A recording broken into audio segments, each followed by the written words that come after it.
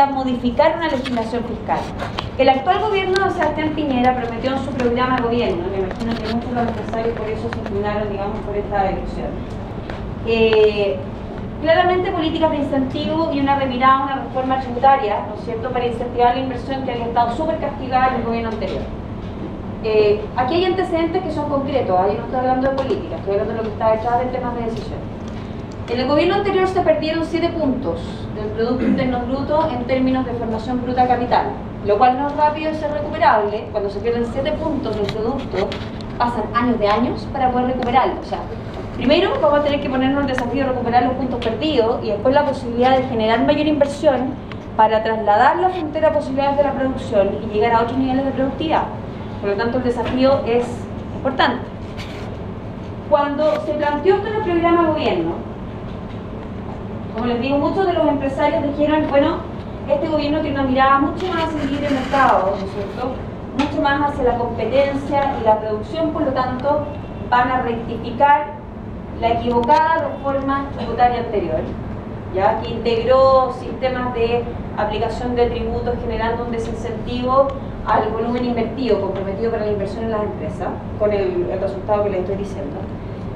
Y lo que pasó fue que el actual gobierno no pudo llevar a cabo un tipo de reforma dirigida a rectificar la reforma anterior porque se encontró con una sorpresa brutal. Un déficit fiscal que no era de 1.2 puntos del PIB, sino que era de 2.3 puntos del PIB y con una curva de endeudamiento fiscal con tendencia ascendente. Eso quiere decir que el valor de los instrumentos de deuda del gobierno tienden a crecer en el tiempo, por lo tanto el valor de esa deuda compromete más recursos del PIB. Vaya para la suma, tuvieron que hacer una propuesta de reforma tributaria menos atractiva para los inversionistas, por lo tanto los empresarios se sintieron un poquito defraudados, ¿no?, esperando que les iban a proponer una rebaja de tasas tributarias, y no se pudo hacer porque evidentemente uno primero tiene que ser responsable con la estabilidad macroeconómica. ¿Por qué? Porque como somos una economía chiquitita, abierta al resto del mundo, si no nos preocupamos de las cuentas fiscales, podemos entrar en un proceso de default, por ejemplo. Si no pagamos la deuda, que está en valor ascendente, nuestro premio por riesgo, cosa que vamos a ver después, sube hartos puntos base más, y después cualquier empresa, institución, persona que se quiera endeudar en el extranjero por tener el apellido chileno, le sale tantos puntos bases más por problema de. Entonces no hay gratis. Eso es lo que está detrás, ¿se fijan? Entonces cuando uno cambia la reforma tributaria y en el fondo incentiva la inversión o desincentiva la inversión, lo que puede llegar a pasar es claramente lo que se muestra en el gráfico. En este caso hay un incentivo positivo, la demanda por inversión se traslada hacia arriba y hacia afuera, y cuando eso pasa con una cantidad de fondos fijos disponibles en el mercado local, hay una presión positiva sobre el precio del acceso a esos fondos, sube el rendimiento interno. Eso tiene un pro y un contra. Cuando sube el rendimiento interno, sale más caro invertir domésticamente, pero nos volvemos más atractivos para otros. Entonces, ahí empieza, en el fondo, el equilibrio de los movimientos que, de alguna manera, compensan las decisiones de balanza, de pago y de cuenta corriente de la economía. Ahí vamos a empezar la discusión. Entonces, cuando uno enfrenta movimientos en el mercado, me quedo viendo ahí en el mercado de fondos prestables, lo que vamos a tener detrás es, por ejemplo, en el ejemplo que les acabo de decir, vamos a tener la curva de ahorro, una curva de inversión sub 1, una curva de inversión sub 2, y eso genera un retorno sub 1 y un retorno sub 2. Entonces, con todo lo demás constante, un traslado de la curva de la inversión presiona un rendimiento hacia arriba, y entendiendo que existe un solo tipo, ¿no es cierto?, o un cierto volumen de ahorro, ese aumento en la demanda por inversión gatilla un déficit mayor en cuenta corriente. O sea, quiere decir que nosotros salimos de alguna manera a buscar este financiamiento afuera. Y cuando el financiamiento viene de afuera, resulta que nosotros terminamos registrando el cambio del ingreso de la salida de fondos en el sector externo. Eso es lo primero que cambia cuando empezamos a hablar de economías abiertas. El ahorro externo.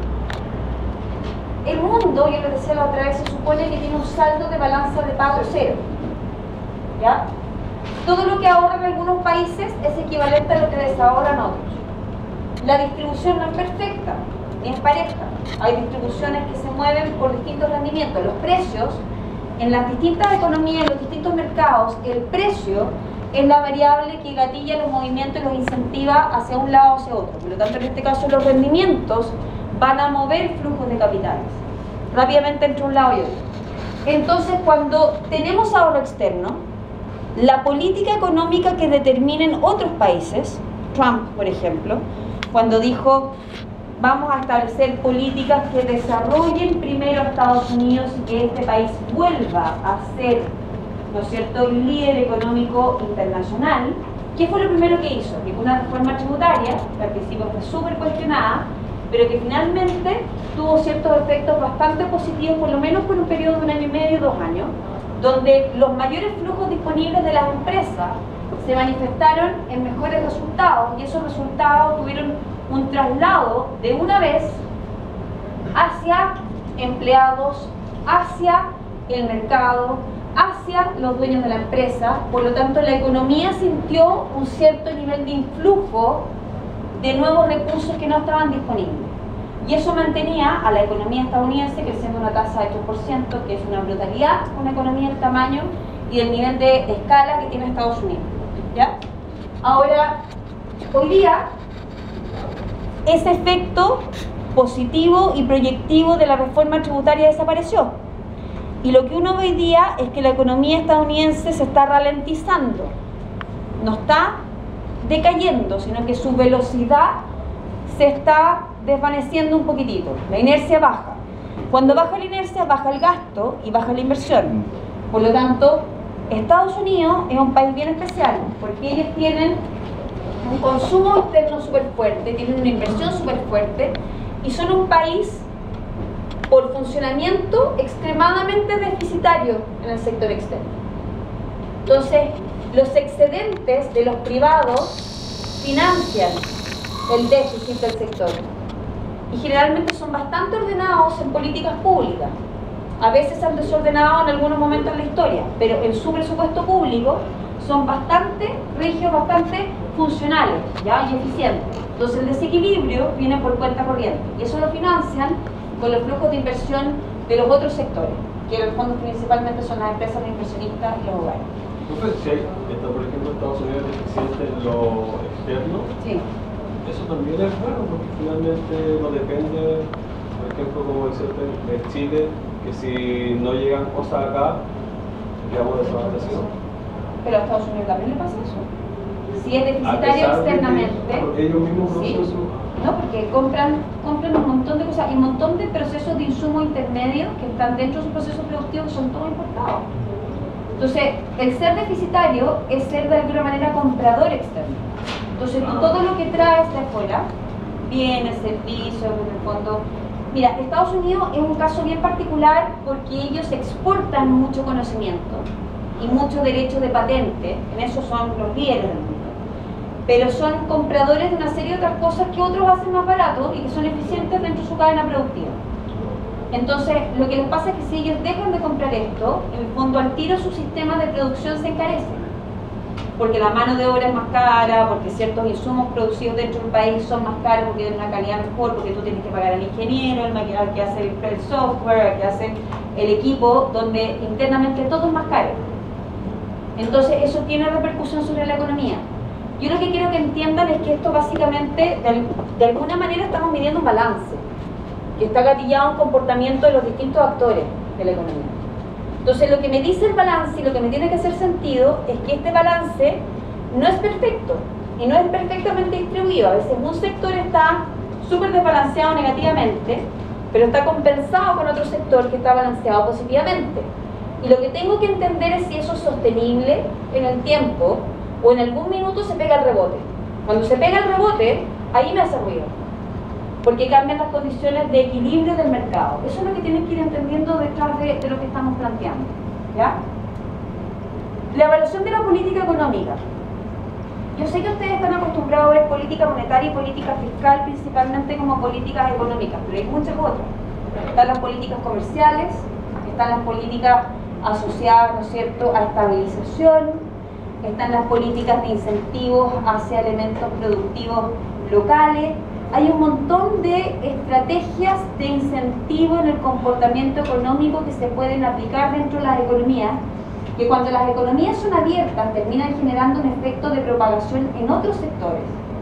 Y eso es lo que hay que ir descomponiendo. Entonces, por ejemplo, el modelo de economía abierta indica que el flujo de bienes y servicios medido por medio de la balanza comercial está inexplicablemente relacionado con el flujo internacional de fondos. Grave. Importante eso.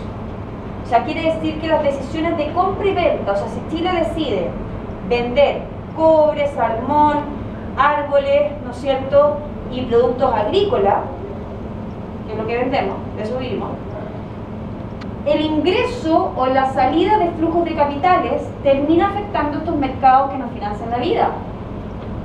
Entonces, cuando nosotros determinamos ciertos niveles de política de incentiva que concentran las decisiones en ciertos sectores productivos, generamos un desbalance en el comportamiento productivo de las economías. La salida neta de capital es la diferencia entre el ahorro doméstico y la inversión exterior. En las economías, y esto por favor entiéndanmelo porque más allá de ser una declaración mía, es así. Cuando a un país se le cae la inversión, se le cae el motor productivo.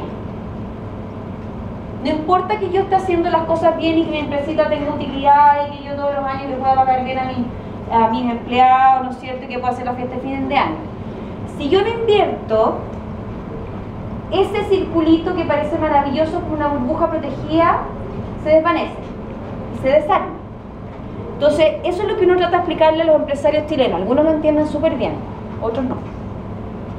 Generalmente, y ese es el problema que tienen las economías como la de nosotros, donde tenemos gente que entiende perfectamente el comportamiento de la economía y que entiende que hay que invertir, que hay que capacitar, que hay que trasladarse en términos de productividad, y otros que se quedan haciendo esencialmente lo básico.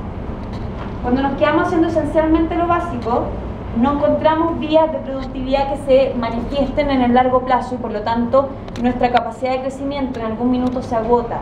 ¿Por qué se agota? Porque ustedes tuvieron ramos de microeconomía y saben perfectamente que cuando uno toma decisiones productivas, ¿cierto?, y uno por más que meta insumos dentro de una función que ya está conocida y un resultado que es más o menos esperable, yo desgasto el proceso productivo y deterioro el rendimiento y sigo pagando un costo de factores que ya no me rinden lo mismo que antes. Por lo tanto, mi decisión de contratación y producción se vuelve ineficiente.